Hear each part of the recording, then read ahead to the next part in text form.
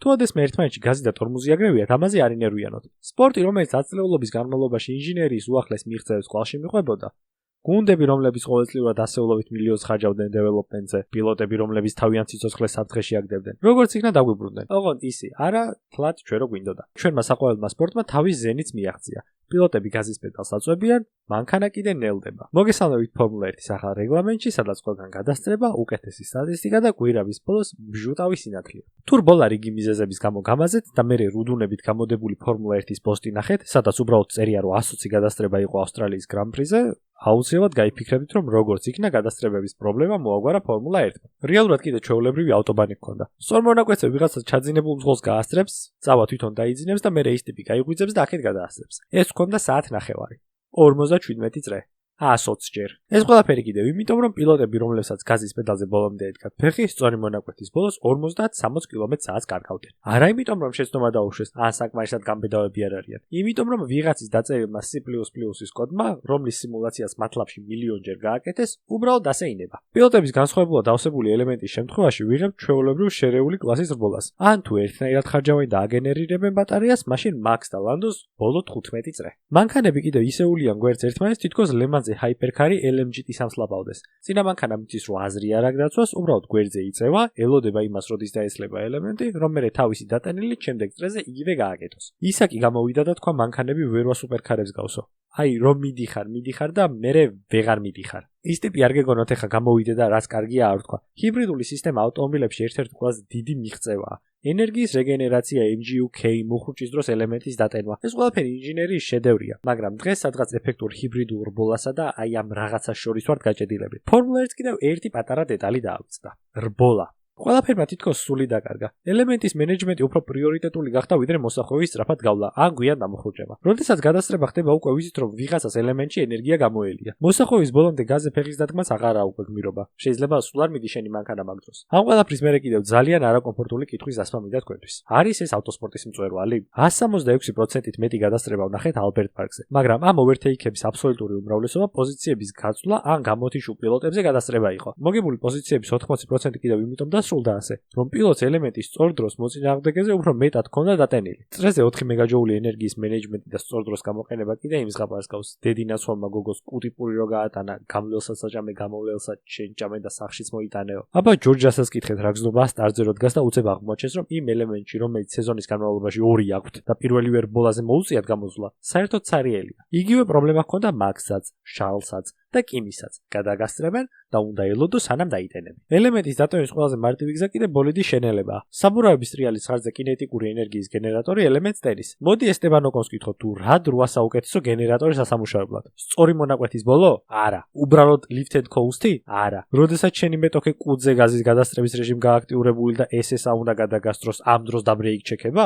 ზუსტად ეგაა. თუ რაიმე განსხვავებულ სიტყვი ხო ზედაგესვეო ყველაზე მდგომი პირი. ჯერ იყო და ყველაფერს უსაფრთხოებას აწერდნენ. მერე კიდე საშიში რო გახდა რბოლა, კომენტარების დახაიდება დაიწყეს თავიანთ პოსტებზე. ბოლო 30 წრე რა რბოლას ჰქონდა კი ნაღა მეგეც წაგვართვა ოკონმა. იმის გამო რომ მანქანა 3%-ით დაეტენა. აი შენ და სახლიდან გასვლის წინ ტელეფონს რო გამოუერთებ და შენ საშიაერთებ, მაგას რაც მოყვება, აი ეგ იქნებოდა აქაც. ყველაფერი კიდე უფრო ზუსტად რო გავიაროთ, ნახოთ საძაღლია მარხის თავი. ეს არის ჩვეულებრივი შიგაწვის ძრავი. ეს არის ჰიბრიდული ელემენტი. ეს ორი დეტალი ერთმანეთთან მუშაობით კიდევ მანქანის სიმძლავრეს მიგავს. მაგრამ როგორც უკვე ვახსენე, ელექტროძრავს წრის განმავლობაში აქვს ლიმიტი. დარწმუნებული ვარ, ყველას ერთნაირად გვაქვს ველოსიპედის ტარება ნასწავლი. დავждებოდით უკნიდან ვიღაცა მოგვაწვებოდა, მე ხელს გაგვიშვებ და ყველაფერი კარგად მიდიოდა იქამდე, სანამ უკან არ გავიხედავდით და გავიაზრებთ, რომ მარტო ვიღავით. ასე შუაში, როდესაც ჰიბრიდული სისტემა თავის 4 მეგაჯოულს წრეზე ამოწურავს, მანქანა მხოლოდ შიგაწვის ძრავზე მუშაობაზე გადადის. ანუ მანქანა მიდის, პილოტს ბოლომდე აქვს გაზის პედალზე ფეხი დაჭერილი და ბოლოს ელემენტის ამოლევის შემდეგ არსაიდან ნელდება. ელემენტი კიდე ამ დროს იწყებს დატენვას. 295 კმ/სთ-ზე ბოლიც ელექტროძრავი ჰიბრიდული სისტემის 350 კილოვატს აწვდის. 340-ზე 100, ხოლო 355-დან ძრავა აღარანაირ დახმარებას აღარ იღებს ჰიბრიდული სისტემისგან. შედეგად კიდევ ვიღებთ ალბათ ყველაზე უცნაურ და დაუბალანსებელ რაღაცას ავტოსპორტში. პროპაგანდისტულმა ფორმულა 1-მა ორშაბათს ვიდეო დააგდო, როგორ მაგარია ფრანკო კოლაპინტო და როგორ არის 353 კმ/სთ-ზე. უბრალოდ მე კლიპინგის მონაკვეთი მოაჭრეს ვიდეოს. კომენტარებს კიდევ დღემდე შლიან. სხვას ყველაფერს თავი რო დავანებოთ, რბოლის დაწყებამდე დაუმთავრდა ოსკარ პიასტრის კვირა დღე. ადამიანს, რომელსაც საკუთარ საშინაო ტრასაზე თვალები რო დაახუჭიო, ისე გაივლის, კვირა დღეს რბოლამდე ნახევარი საათით ადრე საინსტალაციო წრეზე მოცურდა. ყველა მცირ საბურავს ქერბს და რბოლერის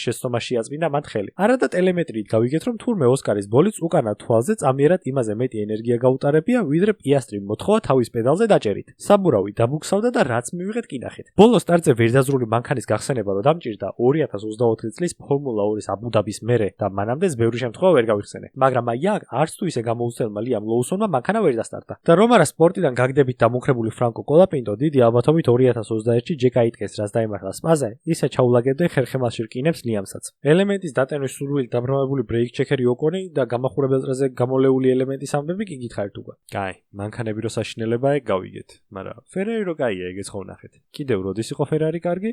კი, 2022-ის დასაწყისში, როდესაც ახალ ground effect-ზე გადავედით. მრგვალი რიცხვები რომ მიყვარს ეგ ხო იცით? ალბათ 2000-ზე რო ავედი ეგეც. ხო და თუ კომენტარებში დაწერთ თქვენი აზრით, რა გადაუტრიალდება ფერარის და რას გააკეთებს ყველაზე სასაცილოს ამ სეზონში?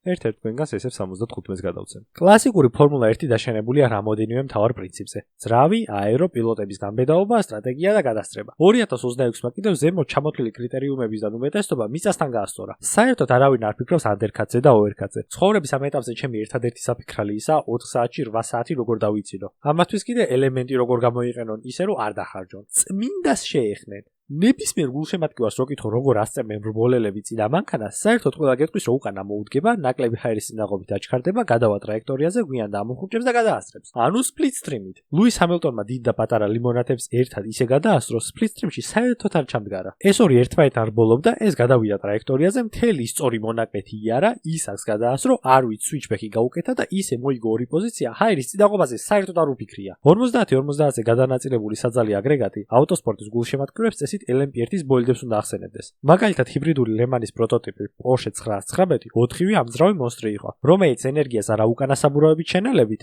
არამედ წინა ღერძით გამოიმუშავებდა. სწორედ ერთადერთი ამძრავი ღერძის ამდენად დატვირთვა იწევს ბოლიდის არასტაბილურობას. უბრალოდ ვეგში გამძლეობისთვის და ენერგიის გრძელვადიანი რეგენერაციისთვის ასე იყო საჭირო. აი, 3 დღით სადმე რომ მიდიხარ და 10 დღის საჭმელს რო წაიღებ. დაახლოებით მაგას ცდილობს ფორმულა 1. მაქსმა დაიწყო და მერე სხვა მრბოლელებიც აყვნენ, რომ ეს ყველაფერი ფორმულა ის, ანუ ელექტროღია ბორბლებიან საბოლოო სერიას გავს. ფორმულა ის ძალიან საინტერესო სპორტია. სწორედ მათი წარმატებით ვიღებთ დღეს ელექტრომობილების ელემენტში ახალ-ახალ ინოვაციებს. თან თავიანთი ადგილი აქვთ. თავს დავდე ფორმულა ის არც ერთი ზემდგომი ტიპი არ გამოვა და არ იტყვის მოდი ბენზინი ჩავახალ ჩვენ მანქანაშიო. ჩემპიონატის თავარი მუღამი თავიდანვე ვიცოდით, რომ ენერგიის მენეჯმენტი და ვიწრო ტრასებზე გამბედავი გადასწრებები იყო. სწორედ ამიტომ ტარდება რბოლები სპეციალურად კონფიგურირებულ ტრასებზე. ნახეთ, დაუკვირდით, ღორს და ძაღლს არ ტენიან არც მონცაზე და არც აზე. იმ ტრასებს არგებენ მანქანებს, რომ მაქსიმალურად ასიამოვნონ მაყურებელს. ტექნიკური განვითარება საკმაოდ სასაცილოა ჩემთვის. ჯენოთხის ფორმულა-ის მანქანების მოტორი 607 კილოვატ ენერგიას გამოიმუშავებს, ხოლო ბატარეა 55 კილოვატ-საათიანია. განსხვავებით ფორმულა 1-ის 3 კილოვატ-საათიანისგან. თითქოს დაიძრა ლაპარაკები, რომ ჩინეთის მერე ფორმულა 1-ის მესვეურები გუნდებს შეხვდებიან და წესების გადაკეთებაზე ისაუბრებენ. ლაპარაკია ელექტრული წილის დაკლებასა და მეტად დომინანტურ შიგაწვის ძრავებზე გადასვლაზე. არ ვიცი, ვნახოთ რა იქნება. თორემ ასე თუ გაგრძელდა სუპერ კლიპინგის უარეს ვერსიას ვიყლავთ მონცაზე, სპას პირველ სექტორში, ლუსაილის სტარტ-ფინიშზე, ბაქოს სტარტ-ფინიშზე შეიძლება საერთოდ ორჯერ მოუწიოს მრბოლელს სიჩქარის დაბლა ჩამოგდება. კოტაზე კიდე აღმართზე თუ ავიდან, ეგეც მიღწევა იქნება. სანამ მარად უკმაყოფილოს მიწოდებთ, ჩამოვთვალოთ რა შეიძლება შეიცვალოს რეალურად ისე, რომ რბოლა ცოტათი მაინც უკეთესი გახდეს. შემცირებული ელექტრული წილი ამ ყველაფრის საკმაოდ სოლიდური დასაწყისი იქნება. თუ რა თქმა უნდა, ისევე გამართული იქნება ის სისტემა, როგორც თუნდაც ERS-ი იყო აქამდე და არა შემთხვევით შუაში ამოცლილი iPhone-ის ელემენტი. ან წრეზე მკაცრად დაბლოკილი 4 მეგაჯოული ენერგია ტრასის კონფიგურაცია საერთოდ ცვალონ. შესაძლებელია ასევე ელექტრული ბუსტის გამოყენების უფლება პილოტებს მხოლოდ სწორ მონაკვეთებზე დაუტოვოთ და არა მთელ ტრეკზე. ისე მაგალითად როგორც ახლა. ეს ყველაფერი შედეგად მოგცემს მეტად განსხვავებულ ტრაექტორიებს მოსახვევებში, დაიბომბებს და აჩქარებაზე სუიჩბექებს. საერთოდ არ გვჭირდება ყურით მოთრეული ხელოვნური გადასწრებების სამახალისებელი თულები. არც ძველი DRS-ი და არც ახალი overtake mode. ადეკვატური split stream-ის დაბრუნება, ისე რომ ჭუჭყიანი ჰაერი არ იყოს, იდეალური იქნება. პილოტებს ერთმანეთთან ახლოს მიყოლად შეეძლებათ ბრძოლაც და ტაქტიკური გადაწყვეტილებების მიღებაც. თხავი ყიდეთ ხაგავყიდე პოზიციების გაცვლას ყოველ შემთხვევაში ეს აჯობებს. შევათხელოთ საბურავის რეზინა, ისე რომ პილოტები სერიოზული არჩევნის წინაშე დადგნენ. საერთოდ არა აუცილებელი სავალდებულო გეგმიური პიტების დამატება. არა, უბრალოდ უფრო თხელი გახადეთ საბურავები. ვინმეს გაუსკდება? მოეარა და შეეცვალა გაცილებით ადრე. ფორმულა 1 ყოველთვის იყო გადებული ხიდის შესაძლებელსა და შეუძლებელს შორის. ტექნიკა, რომელიც ფიზიკის კანონებს ჰაერში ატრიალებს, და მათი მომხედრავი პილოტები. წელს ჩვენ აღარ ვუყურებთ 22 ყველაზე სწრაფ ადამიანს მსოფლიოში. ჩვენ თვალწინ დადიან ყველაზე წუწუნა და კვალიფიციური ენერგიის მენეჯმენტის სპეციალისტები. მშვიდობას გისურვებთ. ამ ყველაფრის უკეთესი ჩანაცვლებას წავედი ახლა მე გაკოცებ ჩუბზე, აბა ჰერც, აბა ხოთ.